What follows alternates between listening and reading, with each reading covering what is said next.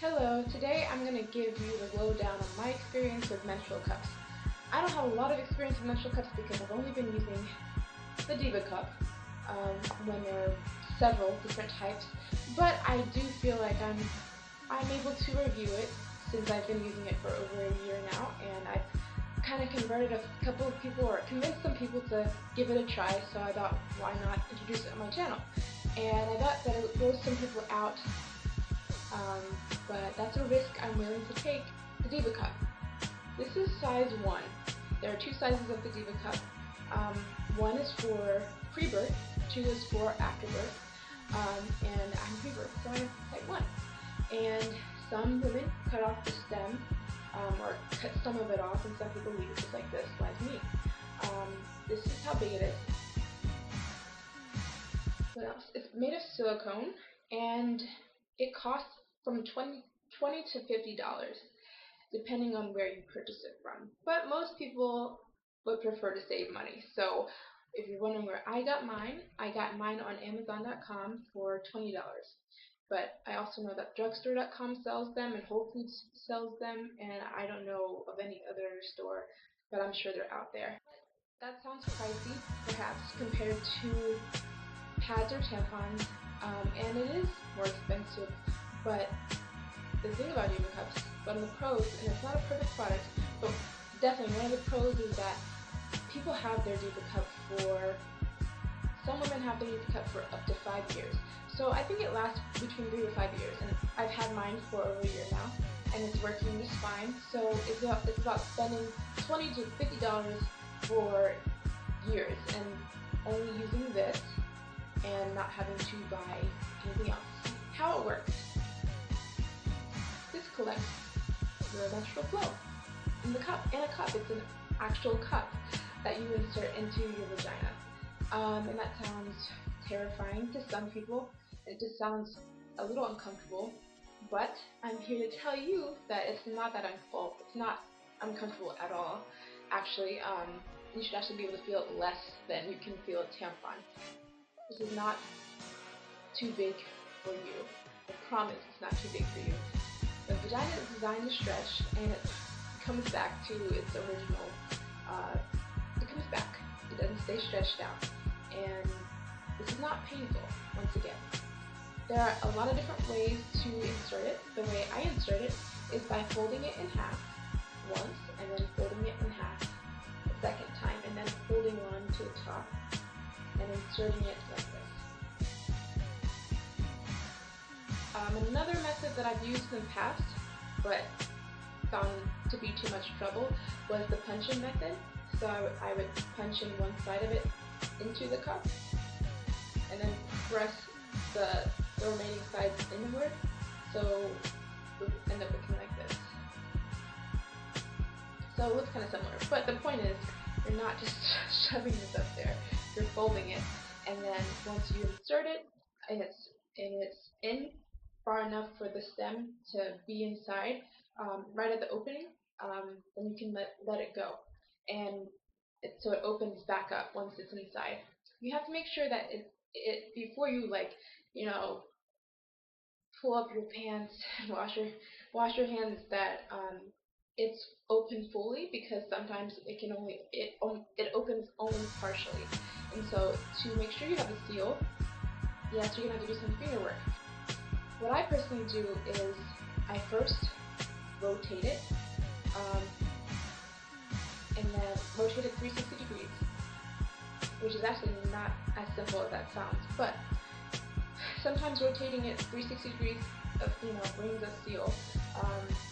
And then after that, I sometimes not, but sometimes I make sure that it's open fully by running my finger on the outside rim to make sure it's open fully.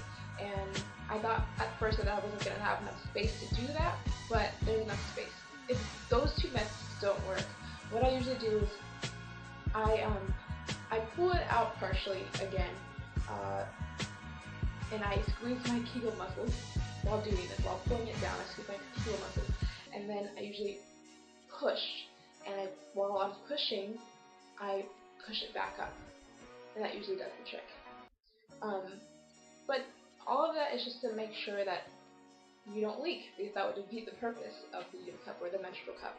And make sure that it's covering your cervix, which is the opening to your uterus, which if your cup is not underneath your cervix and it's rather outside of it, then once again you've defeated the purpose of the menstrual cup, because that's where the blood comes from, out of the cervix.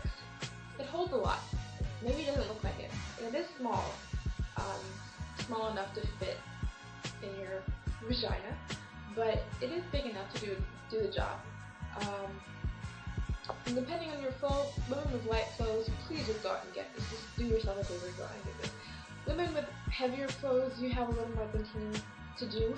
I have a heavier flow, and most women with regular flows can change their Diva Cup at 12-hour intervals.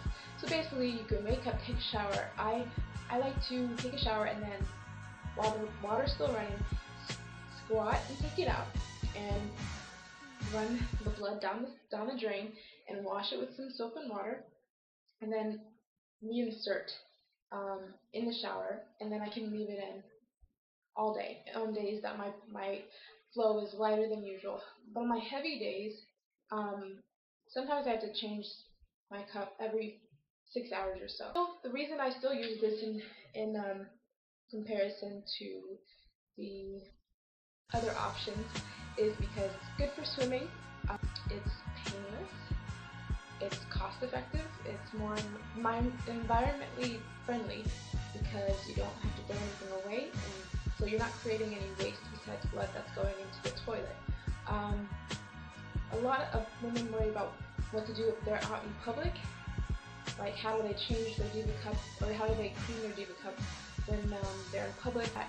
The Diva Cup is so effective that you can pretty much wait until you get to a place where you're comfortable to change your Diva Cup. You can afford to wait a few hours. You can always go into the bathroom with a water bottle and empty your cup, clean it with some tissue, and rinse it with the water. And if you don't have a water bottle, you can just empty it and clean it with a tissue paper. You don't have to waddle out to the sink hoping that that you don't get blood in your panties and wash it in a public sink. Like, I wouldn't worry about that. But make sure when you do get to a place where you can comfortably empty it, that you wash it with soap and water as soon as possible, because that's when it gets clean. So between every emptying, you need to rewash it. So that's where the biggest inconvenience comes about.